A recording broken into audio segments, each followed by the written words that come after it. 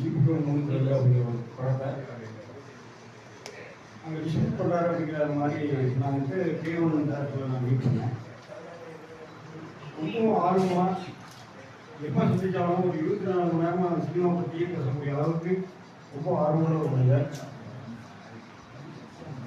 ராட்டை படத்தை பார்த்தேன். அங்கே பவானி குமரவாளையம் மறிவாளையம் பகுதியில் விசைத்தறி அப்படிங்கிறது வந்து பார்த்தீங்கன்னா அவங்க மக்களோட வாழ்வியலில் ஒன்றான ஒரு தொழில். அது சம்பந்தமாக பார்த்தீங்கன்னா உங்களுக்கு செவ்வாய்க்கிழமையில மார்க்கெட்டு அப்படின்னா அந்த தொழில் சார்ந்து பார்த்தீங்கன்னா நிறைய கனவுகள், லட்சியங்கள், வறுமை, கிட்னி இதெல்லாம் நிறைய பதிவுகள் கொடுத்துருக்கீங்க. பதிவாளர்கள் கிட்னி வைக்கக்கூடிய அளவுக்கு வறுமை அந்த மாதிரியான நிறைய பிரச்சனைகள் இருக்குது.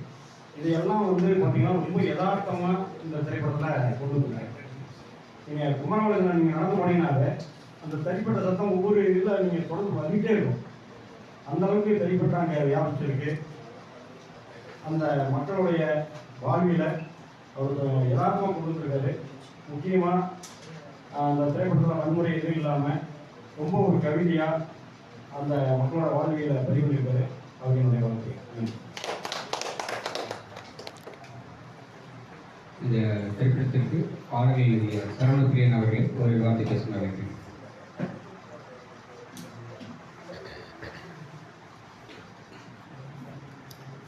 அனைவருக்கும் இனிய காலை வணக்கம்.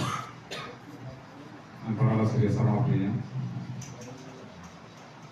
எனக்கு இந்த திரைப்பட வாய்ப்பை நல்கிய சந்தோஷ் மீடியா மற்றும் திரைப்பட தயாரிப்பாளர், நடிகர், இயக்குனர் திரு சக்திவேல் நாகப்பன் அவர்களுக்கு இந்த இடத்தில் நெஞ்சார்ந்த நன்றியை குறித்தாக்கிக் கொள்கிறேன்.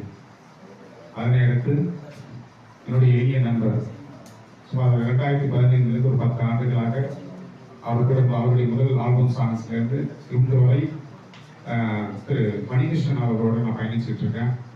அவரும் இந்த பாடல் எழுதுவதற்கான வாய்ப்பை எனக்கு ஏற்படுத்தி கொடுத்திருக்கிறாரு. இதில் 2 பாடல் எழுதியிருக்கேன். செவ்வழகி அப்படிங்கிற பாடலும், வாராமொழி அப்படிங்கிற 2 பாடலும் நான் எழுதியிருக்கேன்.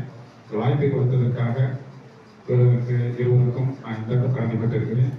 அடுத்தது இந்த படத்தை ஒரு கதை சார்ந்த ஒரு திரைப்படத்தை மக்களிடம் கொண்டு சேர்க்க வருகை தந்துள்ள ஊடக நண்பர்களுக்கும் பத்திரிகையாளர்களுக்கும் இந்த தருணத்தில் நன்றி கூறுகிறேன். மற்றும் இந்த படத்தில் பணியாற்றிய அத்தனை நண்பர்களுக்கும் எனது நன்றியும் வாழ்க்கையை தெரிவித்து வைத்திருக்கிறேன். நன்றி, வணக்கம்.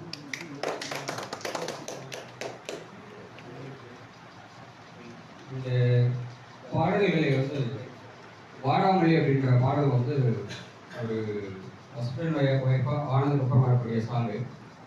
அந்த பாட்டை வந்து செண்பகராஜும் அபர்ணா நாராயணன் அவர் 2 பேரும் வந்து காம்போவும் பாடி கொடுத்துருக்காங்க. அந்த பாடலை பற்றியான சில வரிகள் வந்து அவங்க சொல்லியிருக்காங்க. எங்களுக்கு வாழ்த்து செய்தி அனுப்பிச்சிருக்காங்க. எங்களால் வந்து கலந்துக்க முடியல அப்படின்னு சொல்லிட்டு வாழ்த்து செய்தி அனுப்பிச்சிருக்காங்க. அதை வந்து எங்களுடைய முகநூலில், எங்களுடைய சோசியல் மீடியாவில் அதை பகிர்ந்துருக்கோம். அவங்களுக்கு ஒரு நன்றியை தெரிவிச்சுக்கிறோம். 2வது, நாங்கள் போன உடனே நீங்கள் சின்ன படமா, நீங்கள் பெரிய படமா, நீங்கள் யார் என்னன்னு கேட்காம நம்மளுடைய தயாரிப்பாளர் சங்கத்தை கவுன்சில் இருக்கக்கூடிய நண்பர்கள் கலை பிஎஸ் பானண்ணா எங்களை வந்து ரொம்ப அன்பாக ஆரம்பிச்சுக்கிட்டாரு. அதே போல் ராதாகிருஷ்ணனா ரொம்ப ஆரம்பிச்சுக்கிட்டாரு. கமலக்கண்ணன் அண்ணா ஆரம்பிச்சுக்கிட்டாரு. ஜிஜி பாலாஜி அண்ணா வந்து ரொம்ப அன்பாக பேசினார் எங்களோட.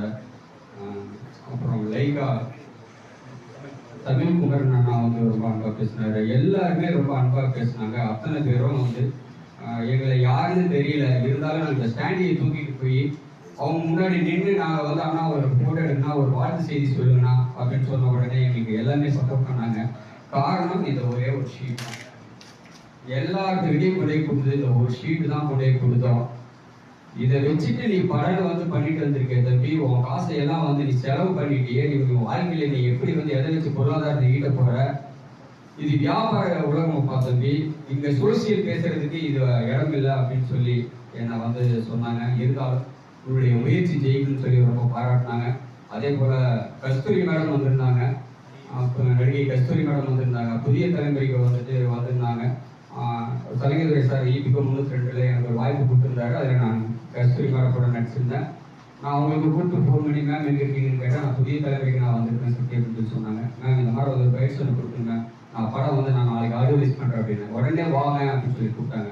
புதிய தலைமுறையில் கொண்டு போய் என்னுடைய ஸ்டாண்டை வச்சு ஒரு அவங்க ஷெட்லேயே அனுமதி வாங்கி கொடுத்தாங்க. உண்மையிலேயே சினிமாவை நேசிக்கக்கூடிய அது போல உங்களை போல உறவுகள் எனக்கு கிடைச்சது எனக்கு ரொம்ப ரொம்ப மகிழ்ச்சியாக இருக்குது, ரொம்ப சந்தோஷமா இருக்குது, ரொம்ப நெகிழ்ச்சியாக இருக்குது. இந்த விஷயம்லாம் வெரி சிம்பிள். இந்த மாதிரி ஒரு ஆடியோ ரிலீஸ் ஃபங்க்ஷன் நீங்கள் பார்த்துருக்க முடியாது. இந்த ரூமுக்குள்ளார ஒரு 20 ரூமுக்குள்ளார ஒரு ஆடியோ ரிலீஸ் ஃபங்க்ஷன் நீங்கள் பார்த்துருக்கீங்களா? அவ்வளவு பட்ஜெட்டில் லோ பட்ஜெட்டில் பண்ணியிருக்கீங்கன்னா என்னுடைய சூழல் அந்த மாதிரி இருக்குது. இந்த படம் மிகப்பெரிய வெற்றி அடையணும், அதுக்காக வந்துட்டு நீங்கள் எல்லாம் எனக்கு உலகம் மிகப்பெரிய சப்போர்ட் பண்ணணும்னு சொல்லி நிறைய இதுவுமே நான் கேட்குறேன். அதே போல் இந்த வான்வில் அப்படின்ற சாங் எழுதின ஐயா தமிழன் இளையா அவர்கள் வந்து ஓரிரு வார்த்தைகள் பேசுகிறார்.